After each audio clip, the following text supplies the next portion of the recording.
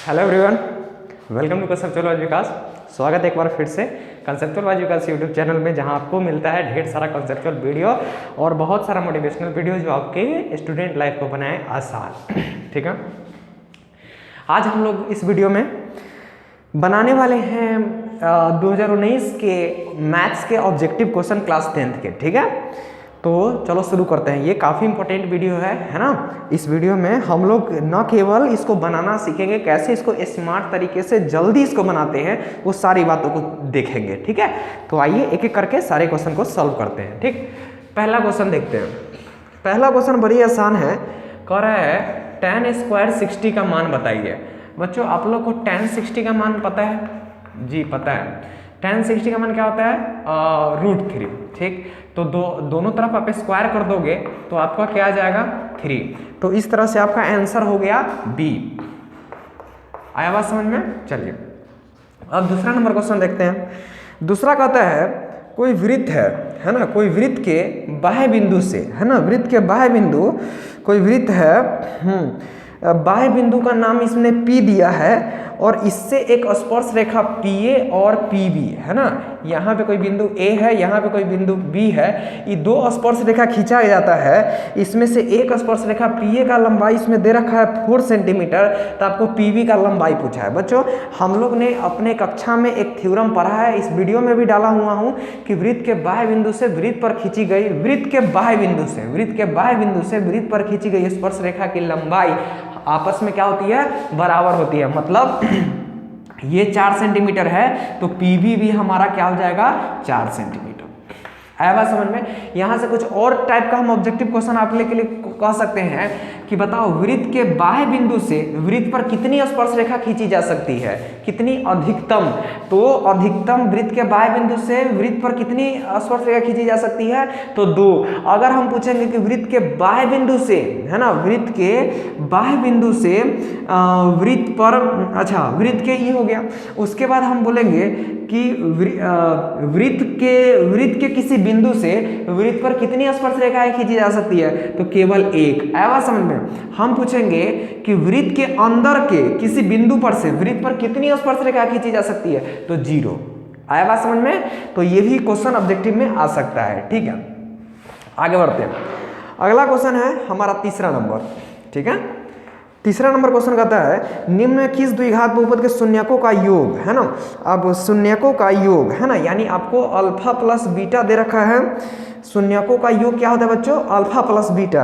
और शून्यकों का गुणनफल दिया है, मतलब अल्फा इंटू बीटा का वैल्यू क्या दिया है? 2 दिया है। ठीक है, ये आपको वैल्यू दिया गया है। आप बताओ अल्फा प्लस बीटा बराबर आप क्या जानते हो? -b/a। और अल्फा इंटू बीटा बराबर क्या जानते हो? c/a। ठीक है, c/a। अब इस दोनों को कंपेयर करो तो दोनों का क्या हर बराबर है? क्या a बराबर यहाँ पे भी 1, a बराबर यहाँ पे भी 1 है? तो इसका मतलब a का मान 1, b का मान यहाँ से क्या आ गया? -b का मान -3, तो b का मान 3 आ गया। अच्छा, c का मान 2 आ गया।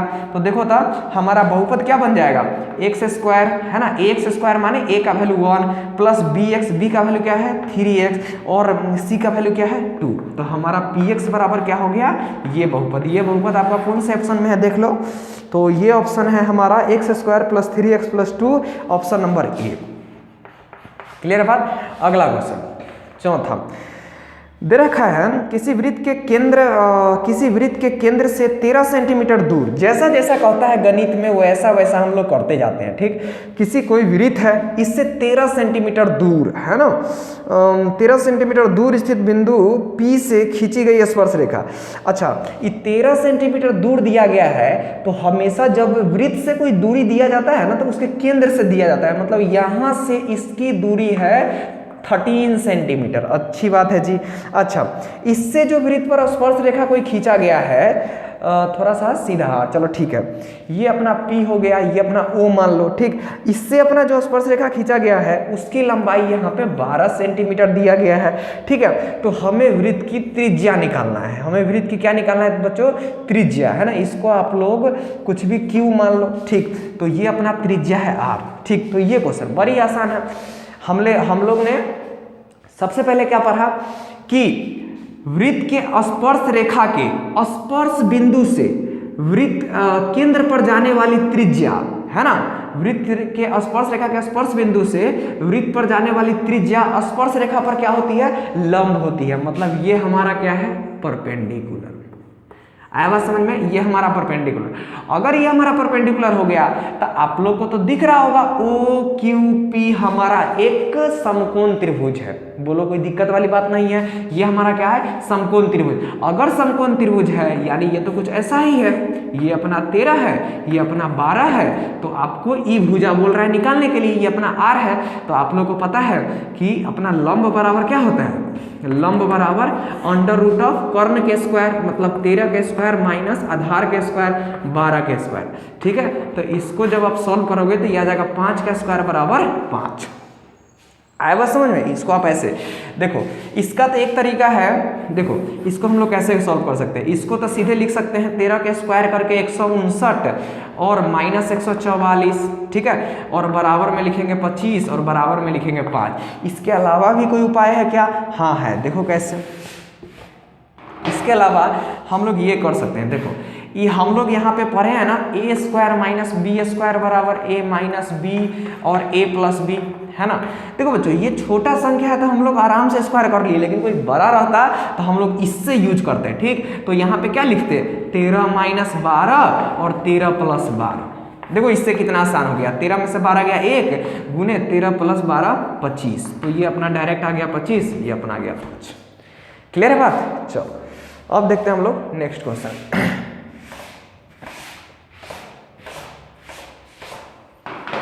चलिए, तो हम लोग का क्वेश्चन बन चुका है 4 तक, है ना। अब हम लोग को देखना है क्वेश्चन संख्या 5। अच्छी बात है जी।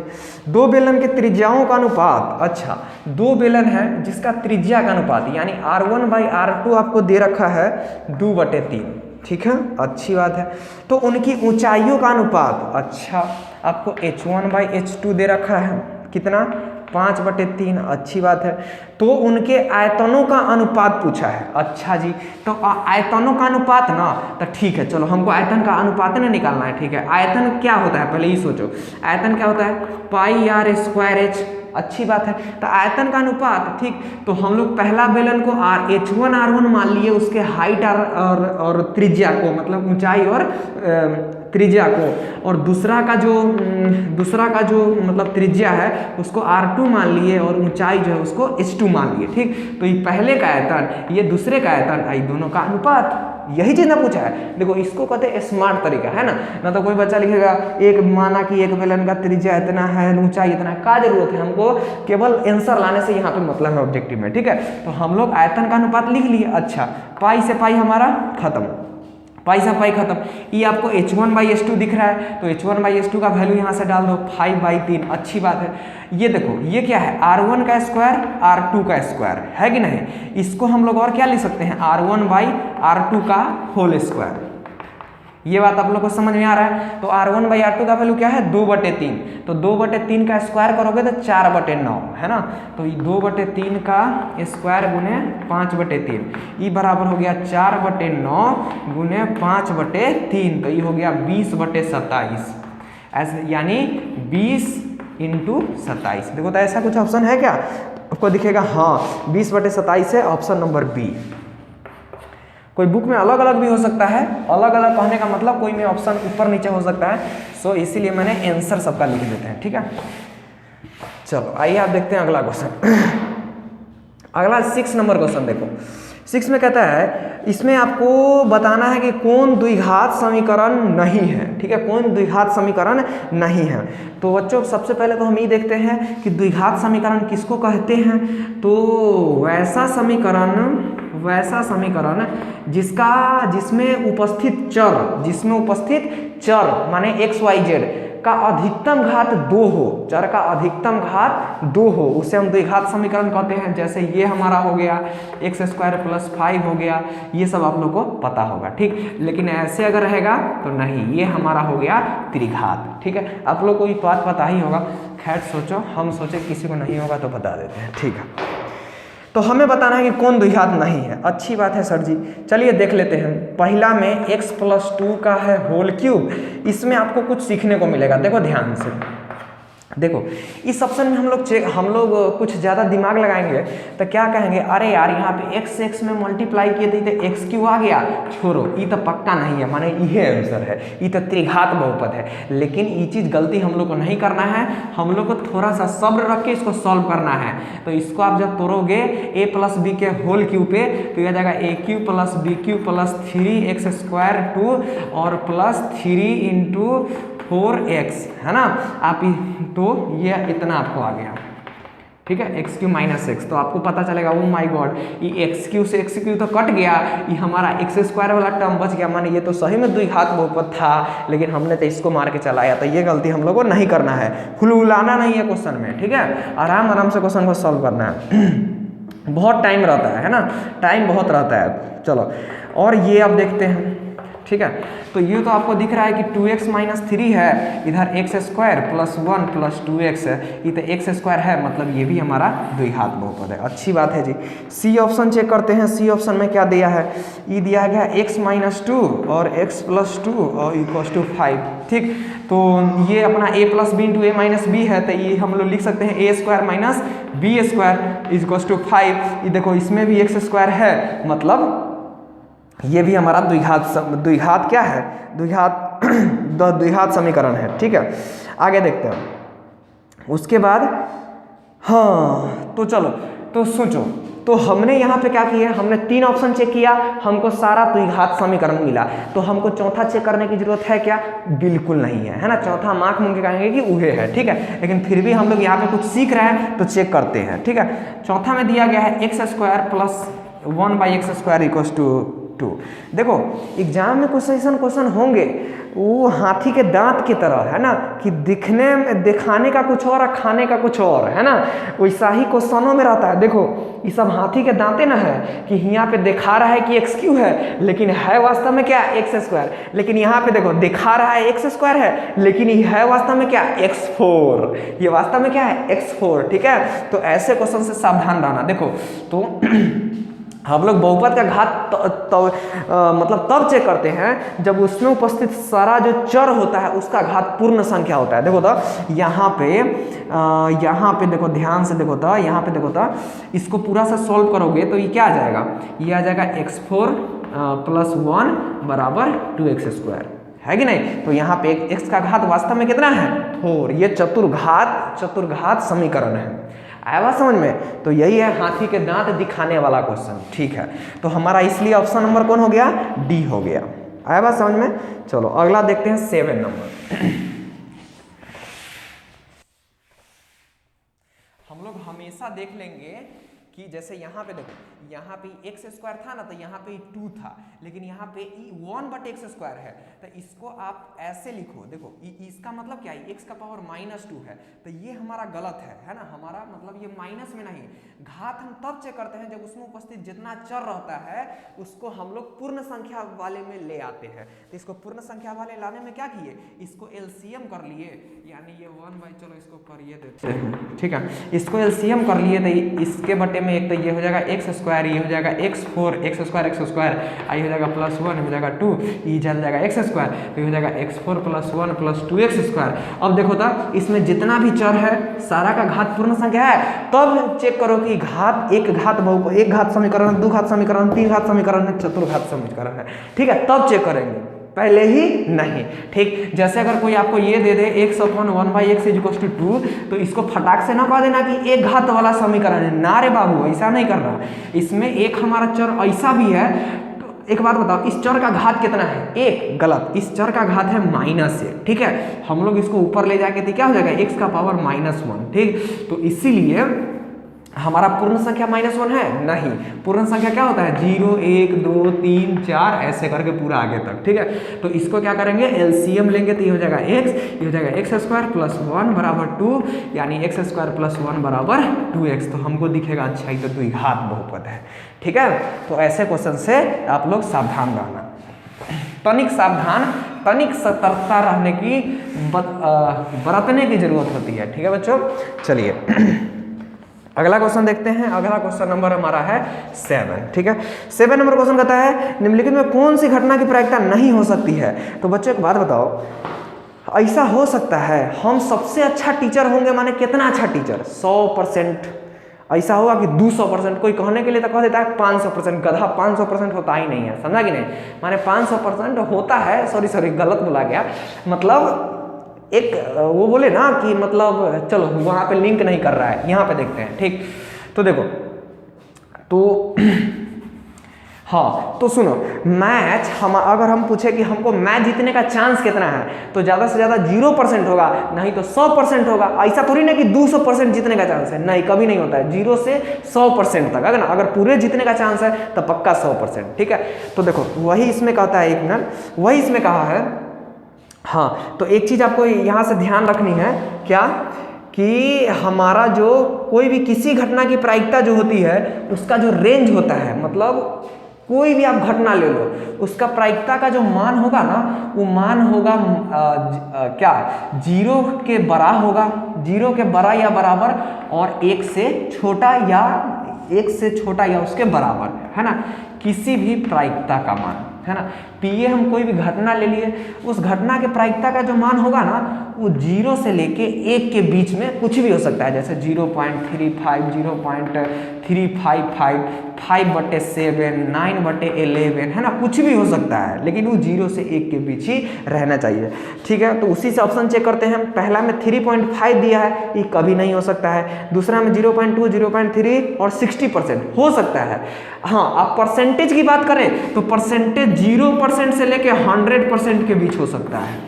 0% से लेके 100%, क्यों? क्योंकि देखो, ये 0% को आप नंबर में बदलोगे तो 0/100, आई 100% को नंबर में बदलोगे तो 100/100, यानी देखो, ये हो गया 1 और ये हो गया 0, है बस समझ में। तो परसेंटेज से 0% से 100% और नंबर में 0 से 1। चलिए आगे देखते हैं। इतना अंधेरा क्यों हो गया जी? अंधेरा ज़्यादा हो गया क्या? चलो देख लेते हैं। तो हो गया ये क्वेश्चन। उसके बाद हम लोग क्वेश्चन देखते हैं अगला 8, ठीक है। तो 8 नंबर क्वेश्चन कहता है, दो संख्याएं a और 18 का लॉस 36 और तथा मौसो 2 है, तो a का मान बताइए। अच्छी बात है जी, हम लोग क्वेश्चन आराम से देखते हैं, ठीक है। हम लोग का संख्या क्या है? a 18 है, ठीक है। तो हाँ, तो ये क्वेश्चन किस पे है? हम डायरेक्ट पॉइंट पे आते हैं। ये क्वेश्चन है कि लॉसो, है ना, एक फार्मूला अपने पहला चैप्टर में पढ़ा कि लॉसो गुने जो मौसो होता है ना, दो संख्याओं के लिए, केवल दो संख्याओं के लिए लॉसो गुने जो मौसो होता है ना, वो दोनों संख्याओं का, है ना, a गुने b के बराबर होता है। मतलब क्या? मान लो कोई दो संख्या a और b है, उसका आपने निकाला लॉसो। मान लो a और b कोई दो संख्या, उसका निकाला अपना मौसो, है ना, आपको पता ही होगा। तो उस दोनों को जब आप गुना करोगे ना, तो वो किसके बराबर होगा? ये दोनों संख्या के बराबर होगा। एग्जाम्पल लेके दिखा दे, चलिए दिखा देते हैं। जैसे 2 और 4 लो, तो इसका मौसो निकालो गया, तो 2 2 दूनी 4, तो ये मौसो कितना आ गया? 2। लॉसो निकालो, 2, 4, 2 1 2, ठीक, तो हो गया 2 गुने 2 यानी 4, यानी एलसीएम आ गया 4 और एचसीएफ आ गया, माने लॉसो आ गया 4 और मौसो आ गया 2। अब देखो तो ये बराबर है इस दोनों संख्या के गुना के बराबर, 2 चौके 8, 4 दूना 8, है बस समझ में। तो ये फॉर्मूला होता है कि लॉसो गुने मौसो बराबर लॉसो किसका?